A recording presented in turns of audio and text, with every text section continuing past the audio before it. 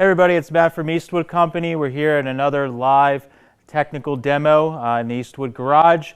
We're streaming this on Facebook as well as on YouTube, where you can watch it on both of those places. For anybody that hasn't watched one of these before, we try to make them as interactive as possible. We want you guys to ask questions, and we're going to try and answer them on camera live. So if you have any questions about anything Eastwood related, specifically today we're talking about the English wheel, but anything at all. We have Randy over here that you see in a lot of the videos. Randy is on the computer answering a lot of your questions live, and then if there's any that he thinks are real good for us to answer on the camera, he's going to shoot them over to me, and we're going to answer them live. So make sure you like, share, comment, and again, we want to make this fun and interactive for everybody. So today, quick little tech tip that we're talking about is using the English wheel, but specifically using the rubber band, which I'm going to get into in a little bit. So for anybody that is new to using the English wheel, I'm not going to get real in depth into how the English wheel works. If you look on our YouTube channel, we have some of our old broadcasts where you can watch some videos that I've done, and also some pre-recorded ones that we've done with Mike Phillips, where he or myself go into how the English wheel works and the different techniques for using it. But today we're going to jump right into using the rubber band. So when you're using an English wheel, and I'll start with a fresh piece here. When you're using an English wheel, you have your bottom lower die here that's curved, and you have a top wheel here that's pretty much 99% of the time is dead flat. And when you put your piece of metal in, you tighten down on the metal, and as you tighten down on the metal, you're actually forcing the metal down over top of the anvil, the lower wheel, and it's actually putting a curve into the panel that matches the shape of the underside, the lower wheel. So when you're rolling like this, naturally, when you're rolling with just the two wheels bare on the metal, you do a nice tight tracking pattern where you're making basically zigzags, which I'm going to do here. I'm using 5000 series aluminum today, and I think it's 063, I think, off the top of my head. Typically that would be used in shaping, if you're using doing small parts, or if you're doing even body work on an aluminum body car. This might be a metal you would use. So I'm rolling a nice tight tracking pattern back and forth. I got a moderate pressure, medium type pressure on the panel. I'm kind of staying in the middle, just trying to raise the center area up. I'm going to go a little tighter just to move it quicker. So as I'm doing this, it's curving it over the top, or the bottom wheel. It's pushing down and curving it over.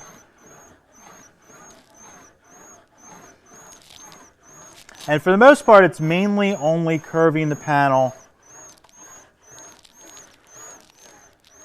side to side. It's going like this over the bottom wheel that matches the curve. But what happens with this when you have the metal bare on the top wheel here? You do start to get a slight curve front to back, especially if you have a larger, like long panel. This one's pretty short that I'm using here. They're like little 14 by 14 pieces. So it'll take a little bit for us to get a front to back curve on this, but you do pick up a little front to back on it just by nature when you're rolling this in the wheel. So the rubber band wheel, I'll roll this a little more here. Let's get our center raised up. And so when you're holding the piece, we have an obvious curve side to side. But I'll keep it here so you guys can see. So there's an obvious curve side to side.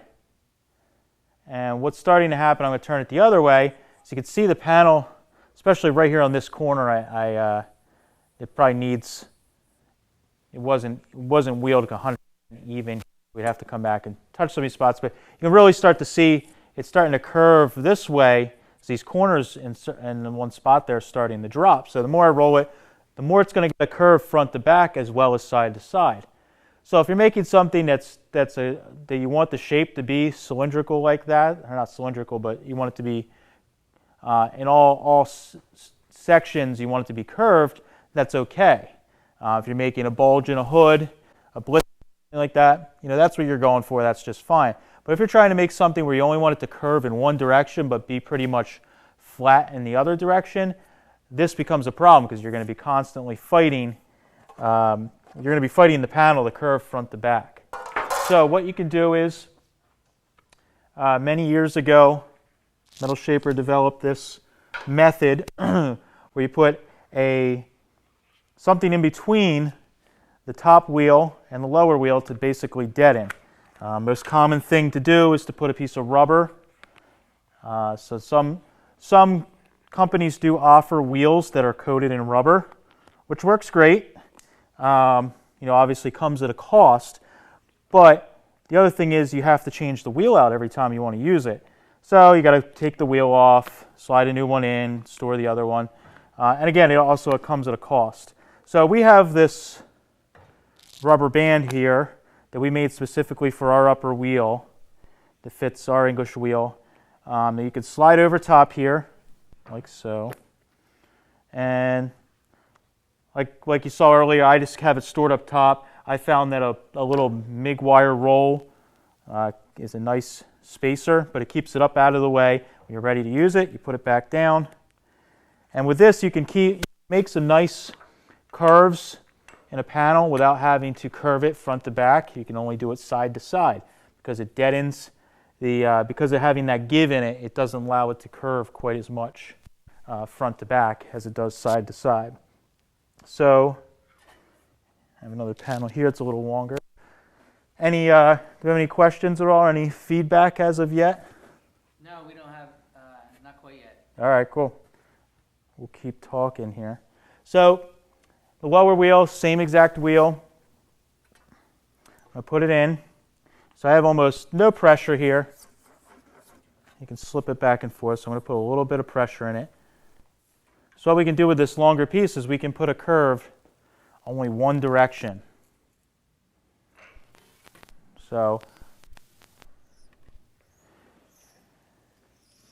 and I'm just going to do a couple rolls here.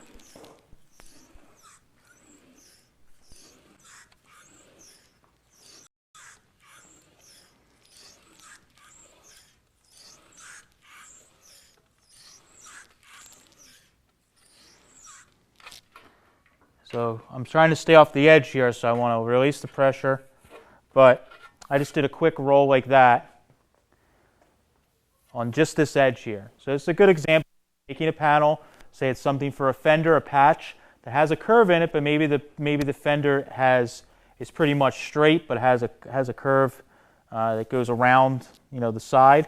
We could keep working just this area here and keep rolling this down.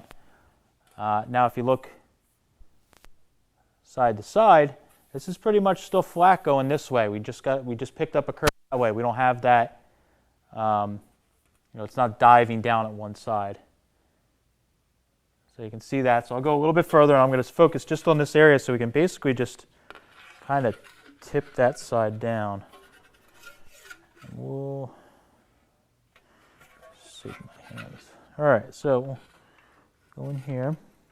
So I drew a little box on the panel where I wanted to stay away from these edges. It's always good to leave a little bit of extra material. A, so you have something to grab onto when you're rolling it, and B, it's always good to leave that extra material so you can trim it down to size or to fit when you're done. So I always leave a panel bigger than I need it to be, and as I shape it, you fit it to the piece and keep going back and forth, and you overlay it over the other panel, and then when you're finally ready, you're happy with the shape, you overlap them, you scribe it, and then you can cut it down to the exact size. So a couple of reasons you can do that, but having something to grab onto with your hands is always a good bet. So I'm going to roll this same area. I'm going to focus on this end section here where I really want it to kind of come down a little more.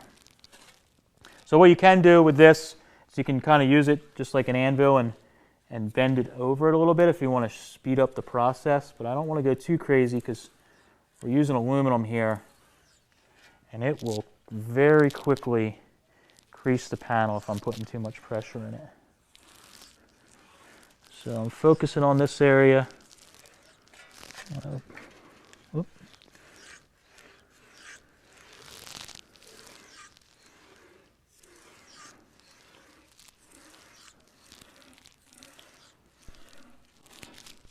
You can read the, I don't know if Joe you can get in closer, but you can read the reflections of the panel. I don't know if we can pick it up with the camera or not, but the lighting actually is really nice to see. So if you can get down the panel, you can see these, actually I can see the lights coming from off the side.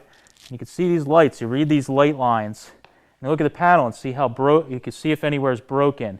There's a little spot in here that's a little broken, and actually when I touch it there, I can feel I stopped a little too soon, and right in there needs a little more. But you look at that line, see if it's broken at all, or if it's a nice, smooth line for the lights overhead, you know you're doing pretty good. So that's where you have to make sure you keep your rolling pattern real tight, because if you jump around on the panel, it's going to stretch the panel unevenly, and then it's going to break your light lines, and you're going to see real wavy lines. So this, like I said, in here at the end, I could see I had a little bit of area that I probably stopped a little soon. So I'm going to just work that area. But you can look down the panel and try and see the reflection of the lights. And those lights are pretty straight going down there. Again, right here, this side, we got a little curve off.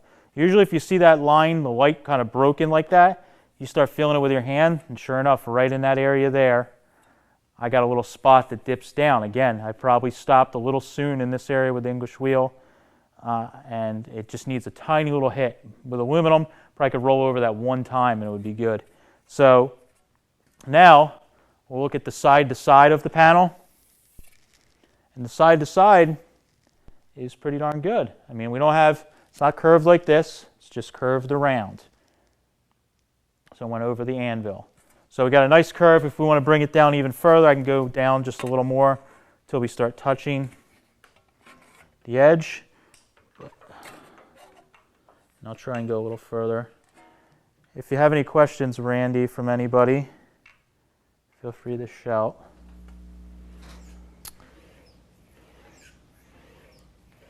We actually have a couple questions. Cool. Let me pull them up here. On, oh geez, now I gotta scroll. The people are starting to ask more questions in it. Good. Sam on YouTube wants to know, can you overstretch the metal with an English wheel?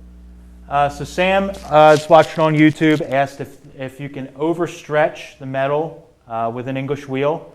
And the answer is, well, I guess the answer would be yes, but that's kind of relative to what you're doing. So what I would call overstretching would be going past the point of what I wanted to have happen. So if you're building a panel, you may need to stretch it up to a certain point, and you don't want to go any further to get the shape you want. Then that's what overstretching would be. So if I was rolling this panel and I went past the point, yes, you can definitely overstretch a panel if you tighten the wheel too far, too quickly. So it's always good to go a little tighter, do a couple passes, go a little tighter, and keep working. So I've seen it where a lot of times beginners, they crank this bottom wheel down real tight, like you're tightening down a bolt, like a head stud or something. These guys will crank it down, and then you put track marks in the panel where you're just putting big heavy marks in it, or you just end up going over the panel too many times without stopping to kind of check the shape, and you can overstretch the panel and get too much stretch in the panel. So yes, it can happen pretty quickly. Best way to combat that is like I was doing. I rolled for a few like a pass or two over the panel, stop, pull it out, look at it, check it, fit it on your piece, and then you can keep that from happening. It's a lot easier to stretch than it is to shrink. So it's better to take your time, make sure it fits, because once you overstretch, especially if you're somewhere in the center of a panel, there's not a good way to shrink that without using heat, a shrinking disc, or using an oxyacetylene torch if you're in the center of a panel. So that's a good question. And Desiree on Facebook would like to know if you switch out the wheels to do different curvatures. So Desiree asked on Facebook if we switch out the wheels to give different curvatures. And yes, that's a good question. If you're just new to watching any Eastwood videos, or haven't watched a lot of them, we have a couple more that we go a lot more in depth in it, but I will definitely show you today. But these wheels all have a different curvature to them. So I don't know is that good that you can see? So the one here in my left hand is a little more flat of a wheel. So this wheel, we have marks on it, I think is a number 8 or 10. And the one on the right here is a 5. It's one of our most steep wheels. So yes, this curvature, what you want to do is you want to match your lower wheel as close as you can with the curvature that you want to end up with. So if you check a panel, if it's something that you want that's just a real gradual slope over a large area, you want a wheel that has almost no crown to it. So you're going to probably want the highest, the highest number, which is like the lowest crown. If you drop down to a lower number, it's going to have more crown to it. What's going to happen is it's going to move the metal quicker, and it's going to allow you to get into a tighter curve. So if you check your piece, whatever you're making, and figure out roughly what the radius is, you can check it to the wheel you're using, and you can get it pretty darn close. Where it really becomes important is when you're getting closer to final shaping of something that has a tight curvature. You can basically we have some interruption. We're in the middle of a fire drill, possibly. Apparently we're having a fire drill, but we're going to keep going. So we have basically the different curvatures will change the panel that you're rolling in. So if you have a tight curvature that you need to get in a tight, confined area, you want to use a wheel that's as steep as possible. Because if you do not, what will happen is you'll run into the edges of the wheel and it'll put lines. These will basically scribe or push lines, press lines into your panel, which you don't want. So it's always good to just check it and match it as close as you can. And you can always go down to a more narrow wheel just to fine-tune some areas. But yes, you do need to use different wheels for different areas depending on the curvature you're doing.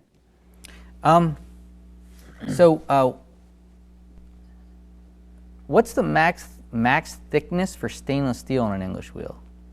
Is that about the same as regular steel? Probably not as thick? Yeah, so the question was what is the max thickness that can be done on an English wheel in stainless steel?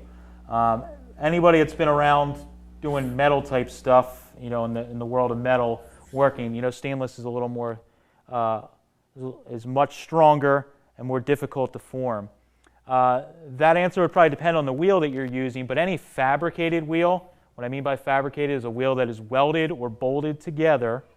Pretty much any welded or bolted together wheel, I can't imagine 18 gauge is probably about the max you're going to do. Because you can do about 16 gauge with this. Yeah. So it's going to be thinner than. Yeah, and you can do more. It just takes longer. So the more, you can't do plate stainless, but you could probably do 18 gauge. But what you're going to run into is everything takes way longer to do. So I'm using aluminum today, so it boom just shapes real quick. Stainless is the whole other end of the spectrum where you're going to have to. Takes a lot longer to work it, but it can be done. Usually shaping is done in those, what I would call metal shaping is done in the thinner materials.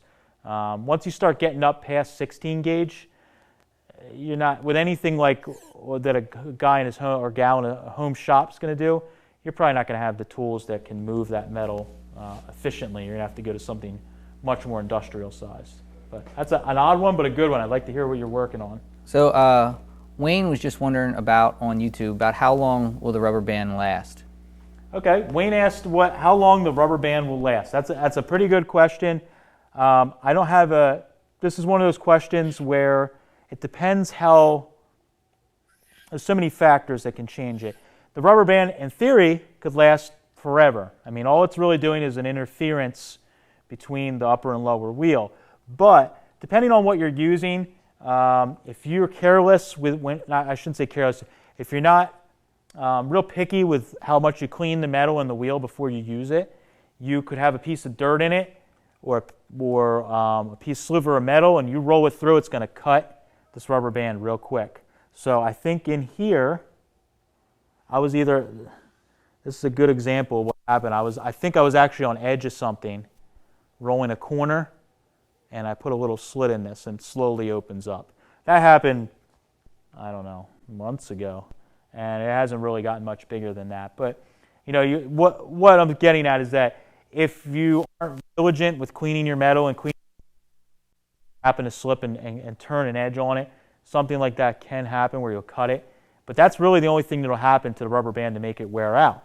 Otherwise, it just kind of sits on there and you use it and that's it. So as long as you keep it clean, you're not going to really run into too many issues with it. So it'll last for a really long time. I've never worn one out.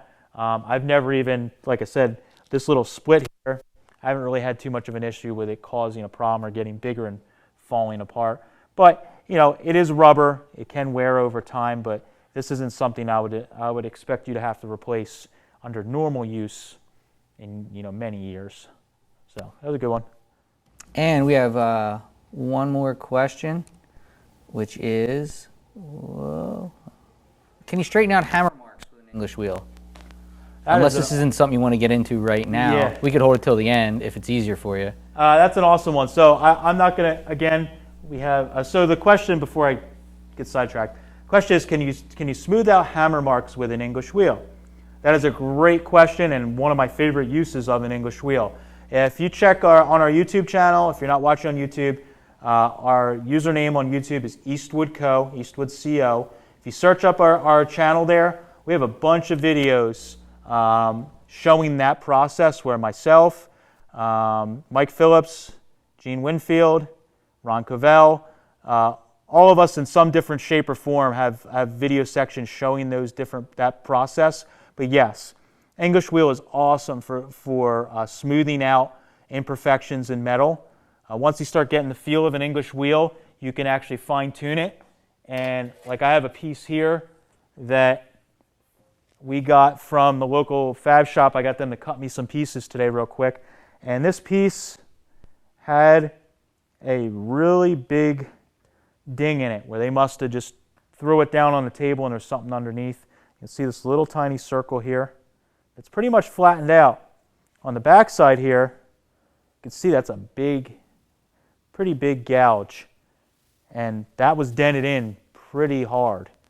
So all I did was I put the English wheel, this is the panel I was rolling when we first started the video, put the wheel at a light pressure, rolled it through until I started feeling it smooth out, tightened it a little more, and eventually it kind of smoothed it out.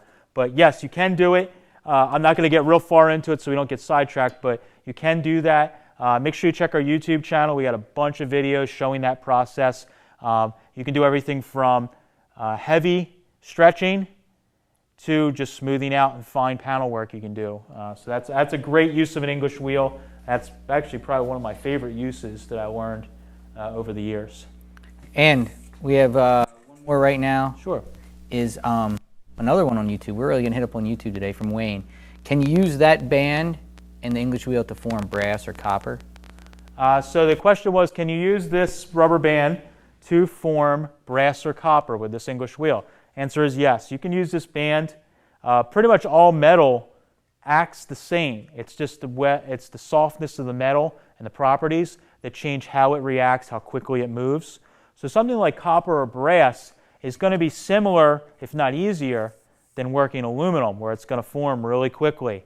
So you can definitely use this band with copper or brass to shape metal, and it'll do the same thing where it's going to help keep the panel straight front to back and will only give you that curve side to side.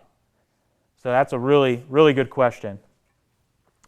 For asking all those questions, those are awesome. I think it helps everybody else answer some questions you guys have, and maybe some other people that weren't asking questions and answers for them. So I'm going to spin this guy around. I'm going to bring this panel down just so it's almost 90 degrees until we run out of room here. But like I said, I was reading the right light lines here, and I had a little area here on the edge where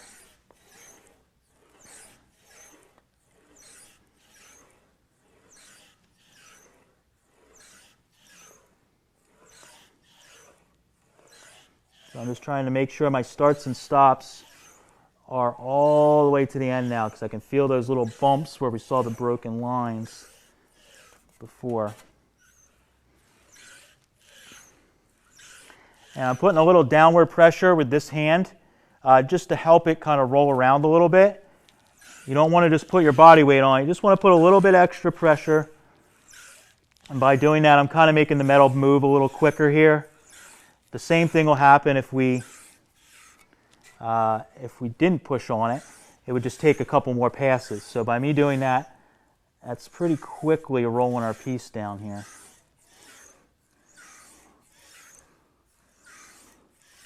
The key is to be patient. Don't force it. And kind of feel the metal and see what it's telling you. So here what's happening is we're starting to get a steep bend here because we're going that 90 degrees. So right in here, I could feel the edge of the wheel was starting to hit a little bit. Oop. And you can see there's a broken line where it's a little off there. So right in here, I could start to feel, I started to feel a little bit of pressure where the panel was starting to fight me a little bit. Not fight me, but there was a little bit of resistance that I wasn't feeling with the rest of this area. What was happening is this wheel is not steep enough to make this curve right here, because we're starting to get to a 90-degree curve. This is getting pretty steep in here. So this wheel is starting to hit the edges and it's going to start putting marks. So from here, we'd probably need to get into a tighter wheel. Or what we can do is we could turn the panel like this, and we could work the panel a little bit this way just to smooth what would be called cross wheeling. So we'd be wheeling the panel just to work out these marks here. So we're not necessarily putting any pressure in it, but we can roll it like this and kind of roll over that area and just work back and forth. And that'll kind of blend in any of those marks that might have happened when that last pass where I started to feel it hitting.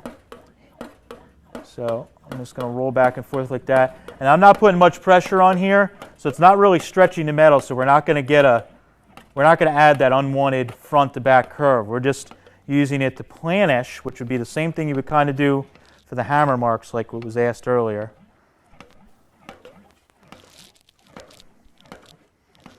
So I'm just rolling this in here, and I'm just rolling right over that 90 degrees bend just to try and smooth out those little bit of marks that we have there.